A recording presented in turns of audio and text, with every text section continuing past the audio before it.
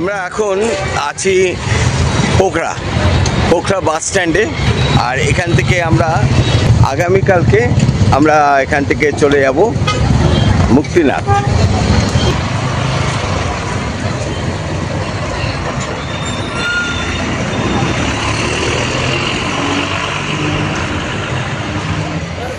পোখরার ব্যস্ত শহর ছেড়ে আমরা এগিয়ে চলেছি জনসমের দিকে, এক অনন্য পাহাড়ি যাত্রা। রাস্তা ক্রমেই সরু হতে লাগলো, আর তার দুই পাশে দেখা দিল বিশাল সব পাথুরে পাহাড়। গাড়ির জানলা দিয়ে তাকিয়ে মনে হচ্ছিল যেন প্রকৃতি নিজের হাতে আঁকা এক রুক্ষ অথচ মন কেড়ে নেওয়া ছবি আমাদের সামনে মেলে ধরেছে। মাঝে মধ্যেই দেখা যাচ্ছিল কালীগণ্ডগীর আঁকাবাঁকা পথ, কখনো নিচে, কখনো রাস্তার ঠিক পাশে, কখনো ধুলোয় ভরা রাস্তার গাড়ির দুলনি, আবার কখনো খাড়াই ঢালুতে মাথা ঘুরিয়ে দেওয়া মোড়। সব মিলিয়ে রোমাঞ্চে ভরা এক অভিজ্ঞতার, সব মিলিয়ে রোমাঞ্চে ভরা এক অ্যাডভেঞ্চার যেন। এই রুক্ষ পাহাড়ি পথ, এই নিস্তব্ধতা, এই দূর দূরান্তে ছড়িয়ে থাকা পাথরের ভূমি, সব মিলিয়ে একটা আলাদা অনুভব। প্রকৃতি যেন তার কঠিন রূপে স্বাগত জানাচ্ছে তীর্থযাত্রীদের, যারা মুক্তিনাথের দর্শনে রওনা হয়েছে। রাস্তার মাঝখানে একটি পাহাড়িয়া রেস্তোরাঁয় দাঁড়িয়ে আমরা দুপুরে খাবার খেয়ে নিই। পথে গাড়ি চলতে থাকে দুর্গম পাহাড়ের কোল ঘেঁষে। আমরা এখন যাচ্ছি মুক্তিনাথের পথে। এখন আধা রাস্তা এসছি, এখানে লাঞ্চ হলো। তা আমরা লাঞ্চে খেলাম দই আর রুটি, ফার্স্ট ক্লাস খাওয়া। আর তার আগে আমরা আবার ব্রেকফাস্ট করেছিলাম পুরি সবজি দিয়ে, আচ্ছা আছে। তো এবারে মুক্তিনাথ দেখি কটায় পৌঁছয়, তারপর ওখানে গিয়ে কি করা যাবে তখন ওখানে গিয়ে ভাববো। টাটা।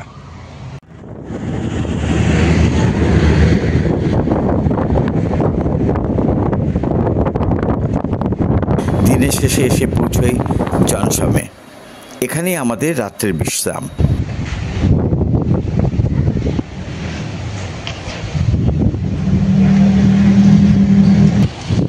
এই হলো গণ্ডকী নদী, যেখানে পাওয়া যায় নারায়ণশিলা।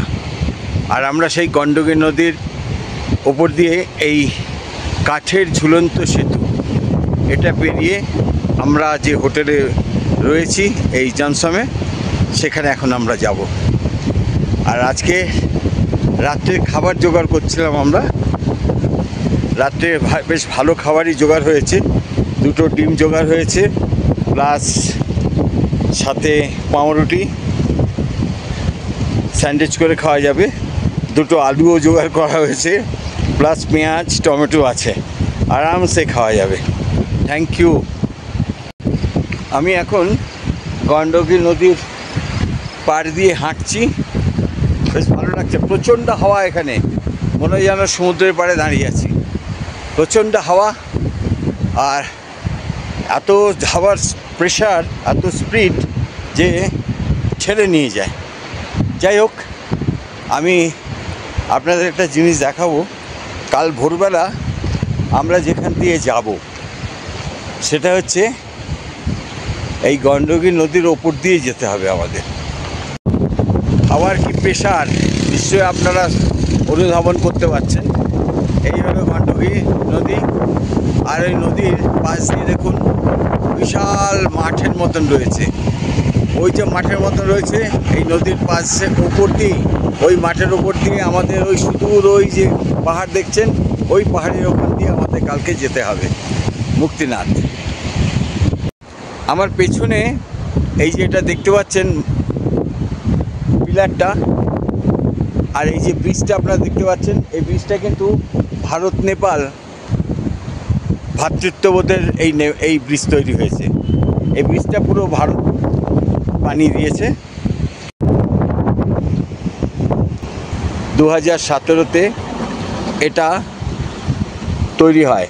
নেপাল ইন্ডিয়া কর্পোরেশন, তার মাধ্যমে এই ব্রিজ তৈরি হয়।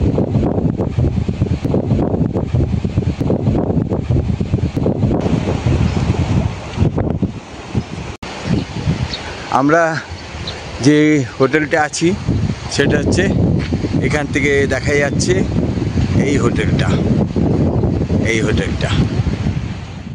এই হলো আমাদের হোটেলে আমরা ওপরে যাইনি, আমরা গ্রাউন্ড ফ্লোরটাই নিয়েছি। আর এই হলো আমাদের রুম। এদিকে একটা বেড, এদিকে একটা বেড, এখানে হ্যাঙ্গার স্ট্যান্ড আছে, আমাদের ব্যাগ রাখার জায়গা। আর সব থেকে বিউটিফুল হচ্ছে এই গ্লাস, যে গ্লাস দিয়ে আমরা পুরো হিমালয়কে দেখতে পাবো। একটু আগেই হিমালয় ওই রেঞ্জের ওই পাহাড়কে দেখতে পাচ্ছিলাম আমরা, এখনও দেখতে পাচ্ছিলাম, আমরা দেখছি, কিন্তু এখন আস্তে আস্তে আস্তে মেঘ এসে যাচ্ছে। আর এই হলো আমাদের বাথরুমটা বেশ ভালোই। এটা এখানে শাওয়ারও আছে, প্লাস বেসিন।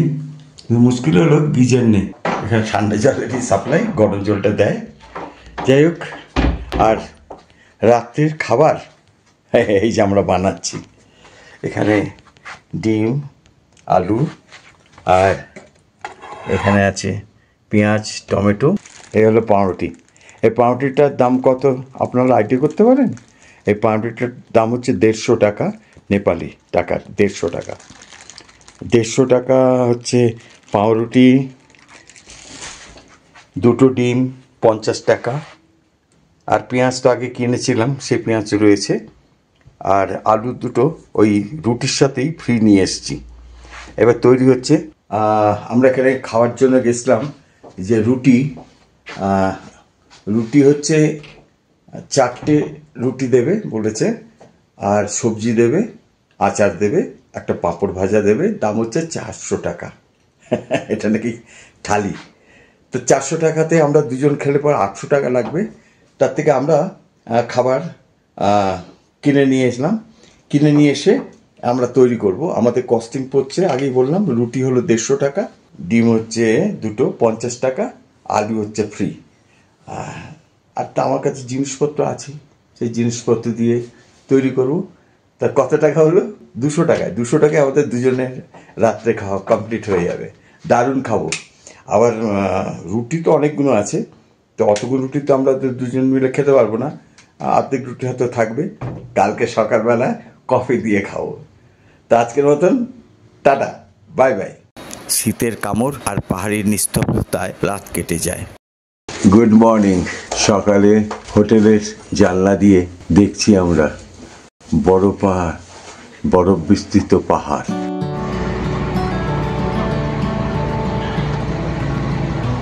এখন বাজে 5:30।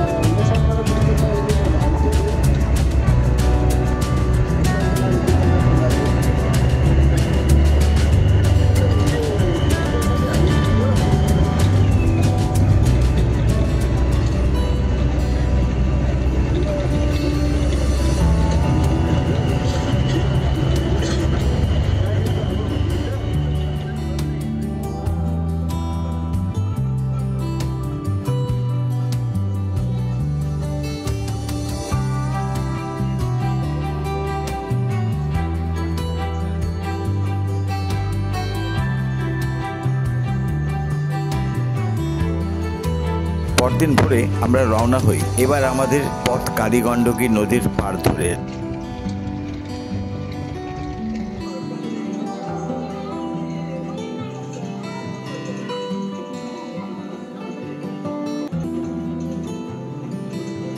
রাস্তা আরো সরু, আরো পাহাড়ি, বাতাসে মন্ত্রসিক্ত এক গাম্ভীর্য।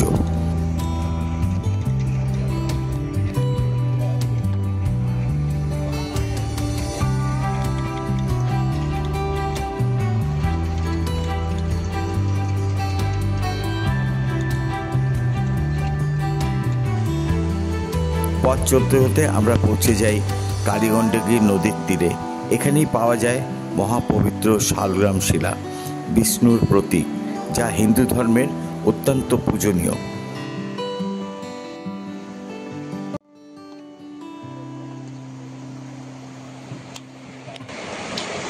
আমাদের গাড়ি এখন মুক্তিনাথের পথেই যাচ্ছে, কিন্তু এই যে কালীগণ্ডকী নদী তার ওপর দিয়েই চলেছে, রাস্তা আর নেই। এখন নদীর ওপর দিয়ে যেতে যেতে এখন পাশেই কাকবেনি বলে একটা জায়গায়, এখানে এসে গাড়িটা দাঁড়ালো। আর পেছনেই হচ্ছে আমার এই নদী বয়ে যাচ্ছে, আর নদীতে সব পাথর খুঁজছে। কপাল যাদের ভালো থাকে তারা হয়তো খুঁজে পাবে এখানে এই শালগ্রাম শিলা। এই যে এখানে সবাই সাধ্য শান্তি করছে বসে, আর নদীর জল ওদিকে বয়ে যাচ্ছে। আর এখানে দেখুন অজস্র সব কালো পাথর, এই কালো পাথর থেকেই খুঁজে বার করা হয় শালগ্রাম শিলা।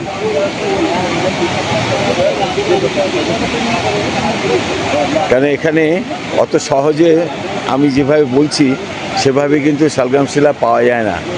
যারা খোঁজে তারা ওই নদীতে নেমে যায়, নদীতে নেমে গিয়ে ওখানে ওই পাথর যা আসে সেইখান থেকে পাথর খুঁজতে থাকে, খুঁজতে খুঁজতে হয়তো সেই শালগ্রাম শিলা তাদের হাতে এসে পৌঁছয়।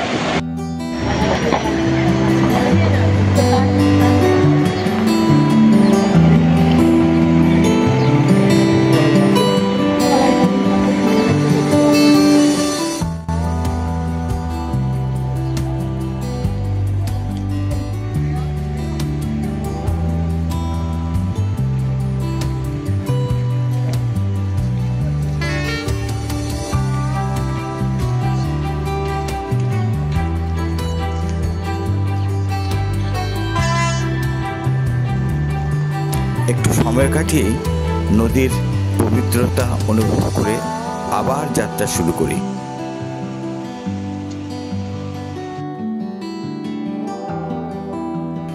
শেষমেশে এসে পৌঁছই মুক্তিনাথের বাস স্ট্যান্ডে। এখান থেকেই শুরু ট্রেকিং। প্রায় 3 কিলোমিটার পাহাড়ি পথ পেরিয়ে আমাদের পৌঁছতে হবে মুক্তিনাথ মন্দিরের প্রবেশ পথে।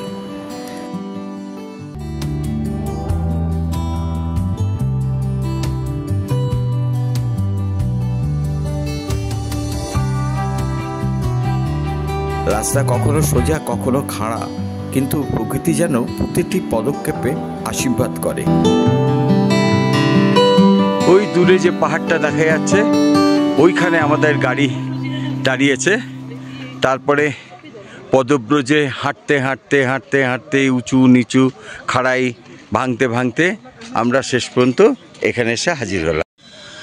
অবশেষে আমরা মুক্তিনাথ মন্দিরে যাওয়ার গেটের সামনে এসে হাজির হলাম। এই সেই মুক্তিনাথ মন্দিরে যাওয়ার গেট। আমরা এখন ওপরে উঠব, চলুন ওপরে যাওয়া যাক। অবশেষে চোখের সামনে ভেসে ওঠে মুক্তিনাথ মন্দিরের সামনেই রয়েছে লম্বা সিঁড়ি। এখানেও যারা বয়স্ক তারা এরকম ডুলিতে চলে যায়, ডুলিতে নেয় 4000 টাকা। এই মুক্তিনাথ মন্দিরটি হচ্ছে হিন্দু আর বৌদ্ধ ধর্মের মেলবন্ধন, যার জন্য গেটের একধারে আছে বিষ্ণু মূর্তি আর আরেক ধারে আছে বুদ্ধদেব।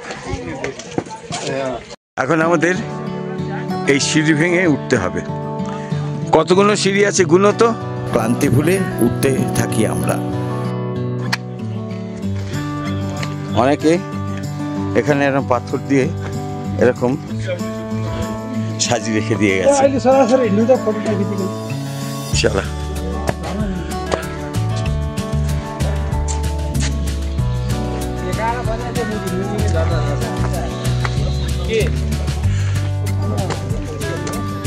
আমরা এখন উপরে উঠছি, দেখা যাক কতক্ষণে আমরা পৌঁছতে পারি।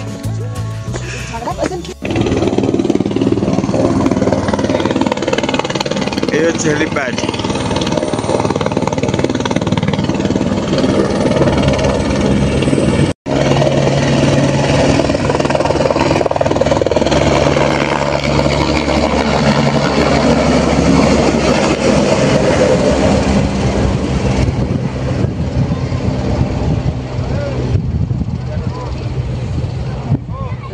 জনসন এয়ারপোর্ট থেকে আসছে।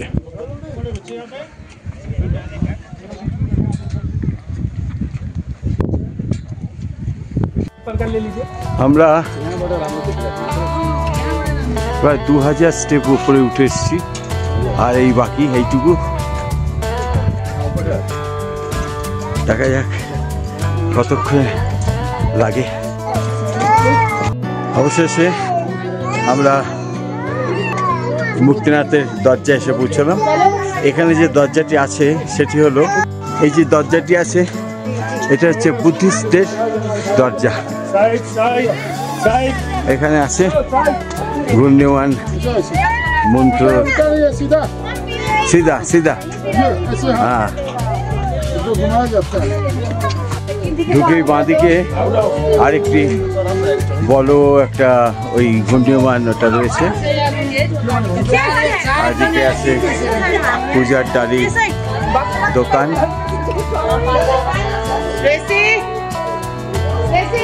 এদিকে বাঁদিকে আছে একটি গুম্ফা।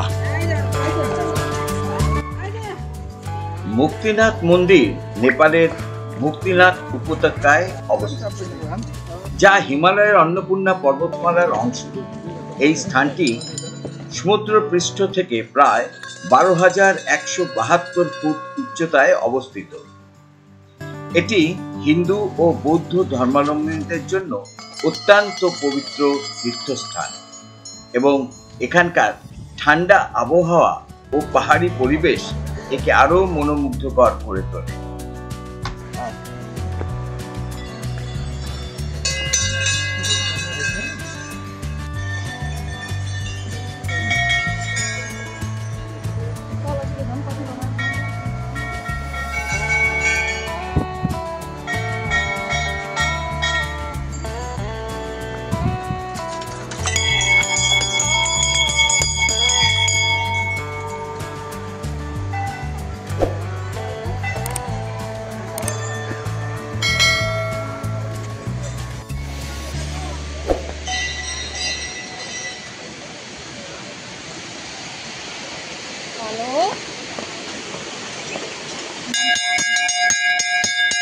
অন্নপূর্ণা পর্বতমালার বরফ গলা জল এই মন্দিরের ভেতর দিয়েই প্রবাহিত হয়ে শেষে নিচে গিয়ে মিশেছে কালীগণ্ডকী নদীতে।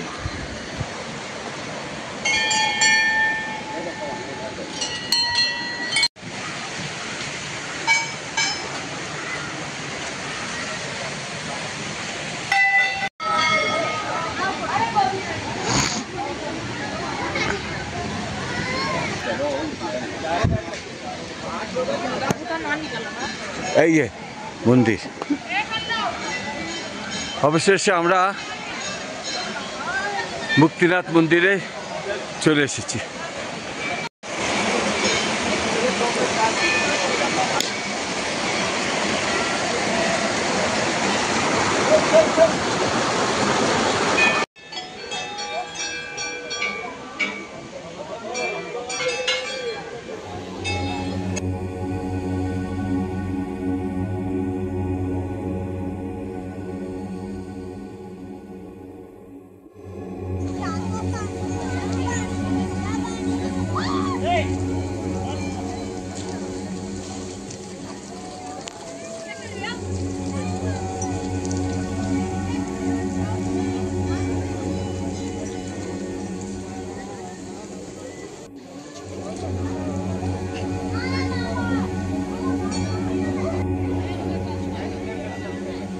आजा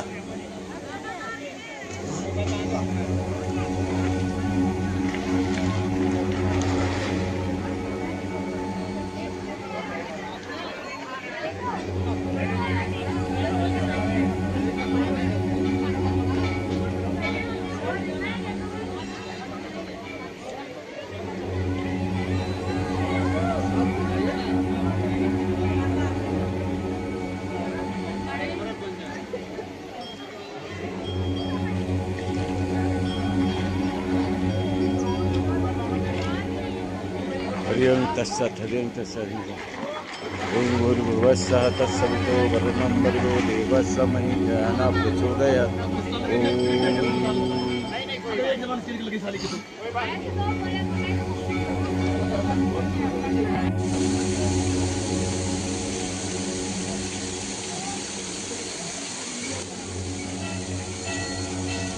এক পরম অনুভব, ঠান্ডা বাতাসের মাঝে দেবদেবীর আশীর্বাদে ভরা সেই পবিত্র স্থান। আমি 108টি বরফ ঠান্ডা জলধারার নিচে স্নান করলাম। শরীর কাঁপছিল, কিন্তু মন ছিল আনন্দে পূর্ণ। এই মুহূর্তটাই ছিল সব থেকে তৃপ্তিকর।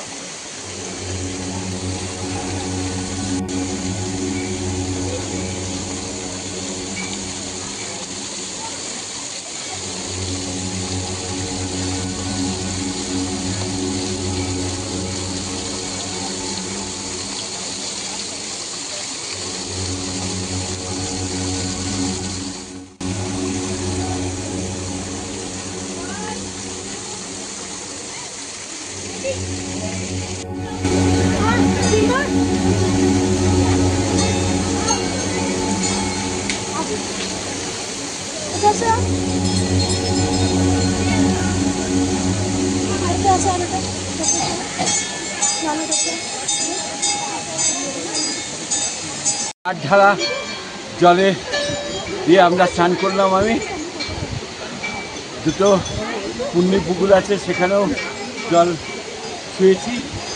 এবারে মন্দিরে যাব। ওপরে উঠে প্রথমেই 108 ধারার ঝর্ণার নিচে স্নান। বরফ ঠান্ডা জল শরীর জুড়ে দিয়ে যেন পাপমোচন হয়। তারপর প্রবেশ করি মূল মন্দিরে। এখানে একসাথে রয়েছে হিন্দুদের বিষ্ণু এবং বৌদ্ধদের পদ্মা সম্ভব বুদ্ধের মূর্তি। এক অনন্য মিলনের প্রতীক এই মুক্তিনাথ। পুজো দিয়ে দর্শন সেরে চারপাশের পরিবেশ উপভোগ করে ধীরে ধীরে নেমে আসি নিচে। এইভাবে শেষ হয় আমাদের মুক্তিনাথের পবিত্র যাত্রা। এক অপূর্ব মিলন ক্ষেত্র, যেখানে প্রকৃতি, বিশ্বাস ও শান্তি একসাথে বিরাজ করে।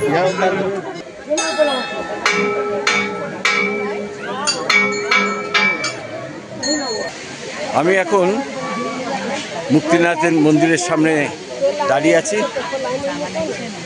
এখানকার 108 ধারা জলে স্নান করলাম, প্লাস এখানে দুটো পুণ্য পুকুর আছে, সেখানে স্নান করলাম। আর এই হলো মন্দির আপনাদের দেখালাম, কিন্তু ভেতরে ছবি তোলা নিষেধ। তাও আপনাদের আমি মূর্তি দেখাবো।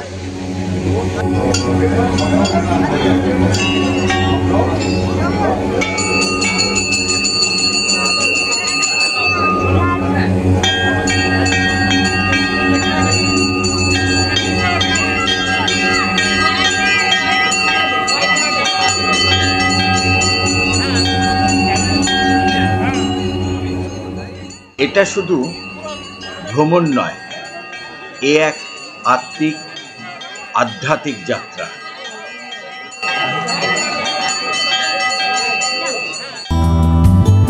আমি প্রবীর দাস। আমি ঘুরছি নানা জায়গাতে আর ভিডিও তুলে আমার এই চ্যানেলে আপনাদের জন্য আপলোড করছি। যদি ভালো লেগে থাকে অবশ্যই সাবস্ক্রাইব করবেন। আজ এই পর্যন্তই। আবার আসছি খুব তাড়াতাড়ি অন্য গল্প নিয়ে। ভালো থাকবেন। দেখা হবে অন্য এপিসোডে।